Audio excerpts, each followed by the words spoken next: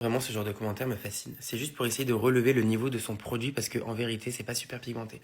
On est bien d'accord que si je vous dis que ma palette est très pigmentée, que vous l'achetez, que vous l'essayez et que vous voyez que dans la vraie vie, c'est pas réellement pigmenté, on est d'accord que j'ai l'air complètement con.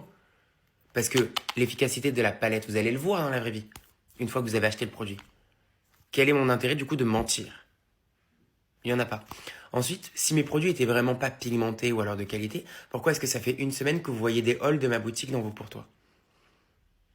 Bref, concernant vraiment, à proprement dit, la production, d'accord, d'une palette de fard aux pierres.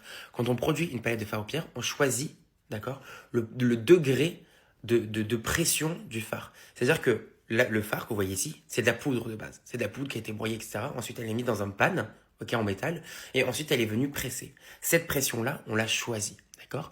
Plus la pression est élevée, plus le fard est compact et serré, moins la pression est élevée, plus le fard est, on va dire, plus libre, d'accord, plus volatile. J'ai choisi une pression un peu kiff-kiff, on va dire qu'on est sur du 70, 75 degrés, etc. Parce que quand c'est très très peu pressé, forcément, vous allez avoir beaucoup de chutes. Par exemple, quand vous allez prélever avec un pinceau, comme ceci, vous allez faire ça, vous allez avoir des chutes partout. Donc ça veut dire que le fard est très peu pressé. Mais ça veut également dire que du coup, le fard est plus friable et du coup peut plus facilement se casser pendant le transport. C'est pas mon but, je vois pas l'intérêt.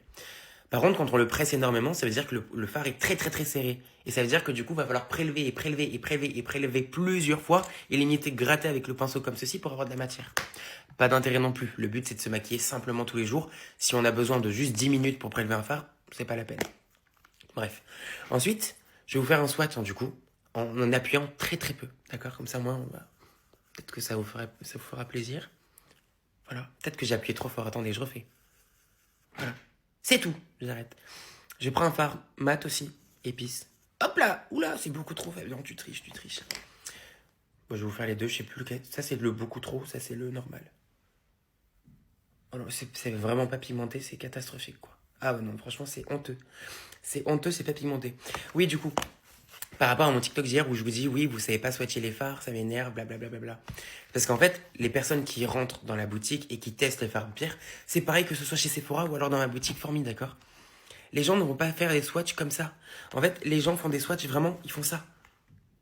Ah, ils ont peur. Je sais pas pourquoi ils ont peur de toucher le fard aux paupières. Donc là, oui, bah, ouais, et encore c'est pigmenté. Pardon, excusez-moi. Bref, c'est pas que pour ça également que je vous dis, ah, vous savez pas swatcher. C'est surtout aussi pour toucher la texture, d'accord? Parce que les textures sont différentes selon les fards à paupières. Voilà, c'est tout. Il y a des fards à paupières qui sont très secs, d'accord, mais qui peuvent être très pigmentés, mais qui du coup sous le doigt c'est moins agréable. Il y a des fards qui peuvent être très crémeux aussi, parce qu'à l'intérieur on peut rajouter